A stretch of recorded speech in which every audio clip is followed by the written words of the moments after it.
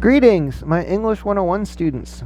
So tonight in class we talked primarily about secondary sources and kind of relating them back to how we search for primary sources and additional sources for topics. And so the first thing we covered tonight was looking at what I kind of think of as the Wikipedia rabbit hole.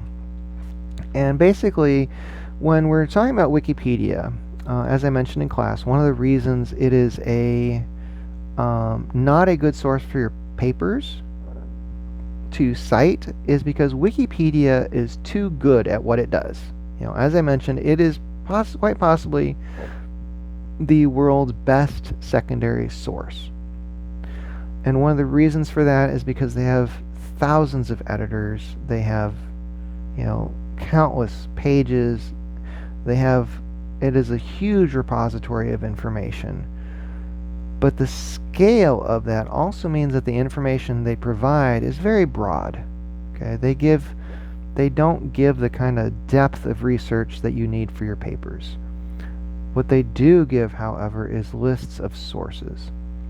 And so tonight we used Ukraine as our example, and just from those, as you saw, there were over 400 sources for the country of Ukraine on Wikipedia, and we followed a couple of those, just looking at the ecological effects of the current war in Ukraine. And what I hope you guys saw is that every source you go to should have additional sources, and what you want to do is follow those sources, kind of follow those breadcrumbs. You're kind of like Hansel and Gretel going into the forest, except in reverse. Never mind. This was at any rate. And so with that, the reason you don't want to use Wikipedia itself is it is an encyclopedic source. Like I said, it is too broad. The information it gives is not detailed enough. But once you go to those individual sources, you're going to get good information as long as you're finding enough sources. Now, from there, we started talking about the differences between primary and secondary sources for some of your individual topics. And so just to kind of remind you guys of some of the overall things, if you're looking at like broad topics like feminism, gun laws, and space exploration, for those broad topics, you will have a ton of sources available. And this is good in that you're going to be able to find a lot of material. Okay, the trick is making sure you're finding sources that that you're able to find primary sources that differentiate well from your secondaries. Okay, and so remember that a primary source would be a specific individual who's involved in that topic, or a website created specifically as part of that topic, or by an organization who's in that topic. All right, so for the war in Ukraine, we were talking about how a website created by an environmental group in Ukraine would be a primary source if we're talking about ecological effects in Ukraine. Okay. Now, when we're talking about a topic like feminism, for example, because the topic is broad, you will find a lot of really good secondary sources out there. So, for example, like university websites will talk about the different waves of feminism, and what you can do with those is when they describe like specific individuals who are part of those movements, find like interviews with those specific individuals. Okay, so like with gun laws, for example, with these, one of the differences to bear in mind is like with gun laws websites, many of those websites may be promoting one specific direction, either laws to restrict gun usage, or they may be promoting laws to permit more more easy carrying of firearms. And so something to watch for when we're talking about the feminism websites, many of those may be looking at the historical, the past, and the authors might not necessarily be directly involved in feminism. All right? Whereas on the other hand, someone who's putting together a gun laws website, if they're doing it more as a historical thing and they're not involved one direction or another, it's going to be more secondary. But on the other hand, if they are trying to promote one side or another, it becomes more primary. Something to bear in mind with these two cases. These are great examples of kind of the fact that many sources fall into a gray zone. So, for example, if say a women's and gender study professor writes a website giving a historical overview of the waves of feminism, that professor is kind of a primary source because they are working directly in the field. But their article may be a bit of a secondary source because they're giving a historical overview rather than describing their personal involvement. And so a source like that can kind of fall into this gray zone where you might not be certain whether it's primary or secondary, and it may not have a clear delineation. With gun laws websites, the same kind of thing can happen. You may have someone who is writing a blog article, and this could be someone who is either someone who is strongly favoring gun control, or it may be someone who is strongly favoring a broader interpretation of the Second Amendment. If that individual is simply writing about the historical things going on all around them, that historical article may seem more secondary. But if it's written by a professor who studies this issue, it might be more primary. If it's written by a police officer who responded to a school shooting, if they're talking about their personal experience, definitely primary. If they're not talking about their personal experience and they're instead giving that broad overview, then is it primary? Is it secondary? It becomes harder to tell. Now, with space exploration, this is another one of those where because it's a broad topic, you will have a wide variety of available sources, and it's it may be difficult to kind of narrow it down. And so with these, bear in mind, anyone who is directly part of a space agency, or anyone who is, describing their personal work on a space program project, they become primary sources. Now, the other types of topics we also looked at Black Lives Matter, and one of the things that's so interesting with that topic is that so many of the primary sources are going to be things like tweets on Twitter,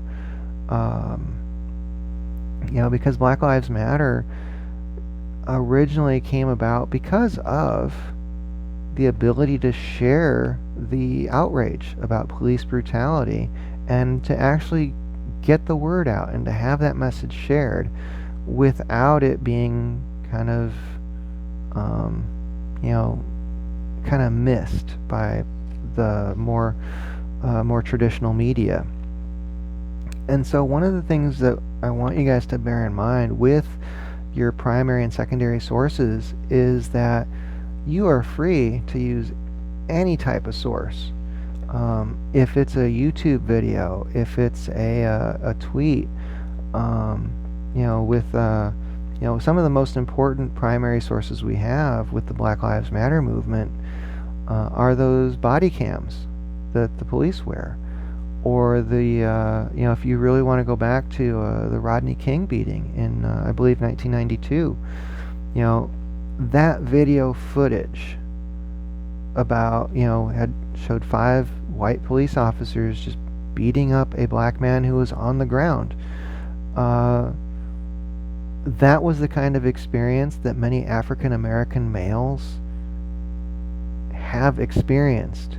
The African American community knew about this kind of brutality for centuries, literally centuries. This has been going on in the US. And the video from the Rodney King beating was, for many people like me, this was the first real wake-up call to the fact that this happens, that racism in America is a reality that is like very dangerous. And so all of those videos are primary sources. Now, the thing to watch out for is when we start talking about news videos, when we start talking about documentaries, is they can fall into a bit of a gray zone, right? If you see an interview with with someone who's directly involved in any of these topics, if that interview is really allowing that person to just talk and you're able to hear all the things they're saying and there's not, we don't have a lot of their words being cut out, then it's a good primary source. On the other hand, if there has been a lot of editing, if you're only getting like 1 minute snippets of dialogue out of a 20-minute interview, then it's hard to say whether or not you are getting an accurate picture of what that primary source person is saying. If you can edit a video to make a person seem like they're giving a different type of message than they are. And so we have to be careful that we don't take like a documentary and misclassify it, because some documentaries, they don't give the full story, or they don't allow the speakers to really give voice to everything they are thinking. Okay. Now, the next thing we talked a little bit about tonight was narrowing topics. Okay. So, for example, taking some of the earlier topics, instead of a broad topic like feminism, you could focus on, looking at, say, a single female scientist and her autobiography. Or instead of talking about gun laws, we could look at, the recent, like, you can choose one specific shooting. For example, there was a racially motivated shooting, I believe, at a Dollar General or a Dollar Tree. And, you could study just that one shooting, okay? Or, in looking at space travel, you could focus on, looking at just the medical issues that come up, or even zero in further and look at just what effect does space travel have on the human skeleton, the fact that bone density decreases because of low gravity. When looking at the Black Lives Matter movement, choosing a single incident, for example, Trayvon Martin, or that one moment there about can illustrate the larger situation, but by focusing on one individual, and that allows you to go into more specific details, all right, to give more of that personal sense. All right. So with that, I hope this recap has been helpful, and that the discussion did a good job of helping you guys see how to research your topics. Now, for the assignment itself, remember that you are looking for 5 sources, and that and these sources are meant to be secondary, but as I mentioned, you may find some gray zone sources, and that is okay, Because when you're looking the secondary sources, it is totally okay to find sources that are more primary. What I don't want to have happen is you use secondary sources in place of primaries. Those primary sources are coming directly from your topics, and so those are the better sources. Those are the ones I want you to focus on. And with this week's project, you're looking for 5 sources, and you're going to put them together and do like social media blurbs about each one. So about 100 words for each of the 500 total. And make sure that you have a URL link to that source, and that you have some kind of photo or some kind of image either from the source or about the source. Remember that what you want this to be is the kind of information where if you were going to post it on Facebook, what would you say to convince others to read this source? All right. With this, I definitely encourage you to give your opinion. I encourage you to give your response to the source.